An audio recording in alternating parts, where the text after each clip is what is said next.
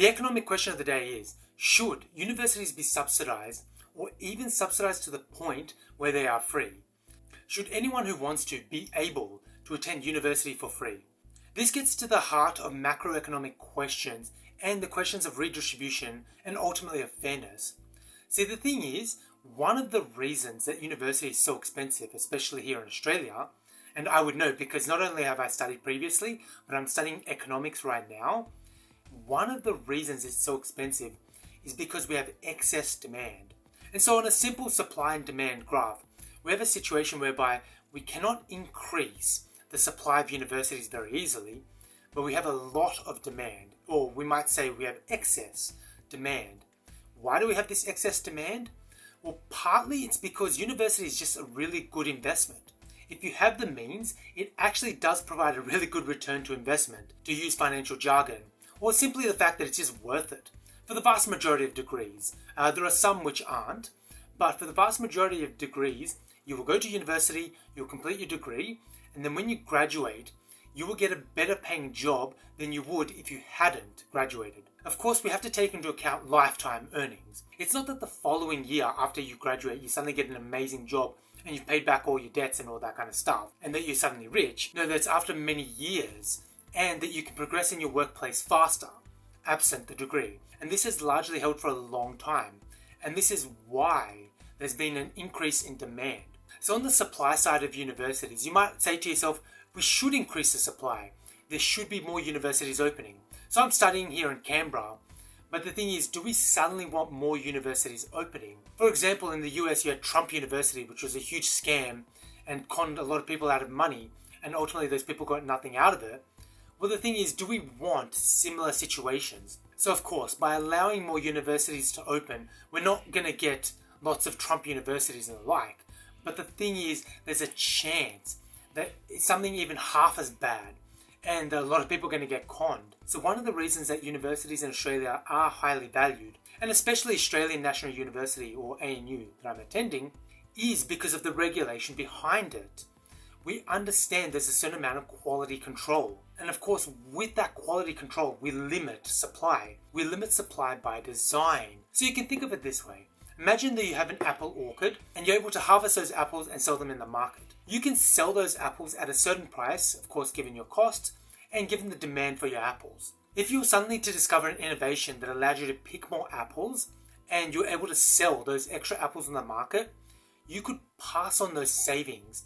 You would have lower cost and you could pass on those savings to the consumer, specifically because of the innovation. Or your workers could suddenly get more productive, or you could just hire more productive workers. Your costs would remain roughly the same. However, you can pick more apples. You can send more apples to the market, and if those apples are selling, then you can sell at a lower price. But innovation is not the only way that we can decrease prices. We can increase supply. A competitor could come along, increase supply, and sell at lower prices. So in the university example, we're not increasing supply. Are we increasing innovation? And on that point, and so I was listening to a podcast a few months ago about teaching, and more specifically about the university system, and the guest was pointing out that even Aristotle, who was alive over 2,000 years ago, he would be able to recognize the way that we teach today. And so there really hasn't been that much innovation. And so we don't have much innovation in the way universities teach, and we don't have an increase in supply. But what about online teaching? Could that be an innovation? And so of course ANU went online like virtually every other university in the world, but the thing is the results were pretty meh. And I know personally, if this online teaching style was to continue, I would want to pay a lower price.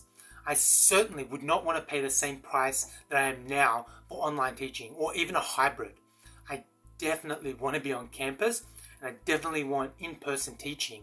And I think many other people feel the same way. And so online teaching really, I don't think, is the future, or certainly not a major component for universities. And also you have stuff like MIT, which puts out courses for free. I mean, as if you're going to pay tens of thousands of dollars for an online course when you can just do an MIT online course for free. And so from a macroeconomic perspective, this is the same with every other industry. As time goes on, if there's no innovation and there's no increase in supply, eventually you're going to see increased cost. And this is generally what we see with the service industry as well.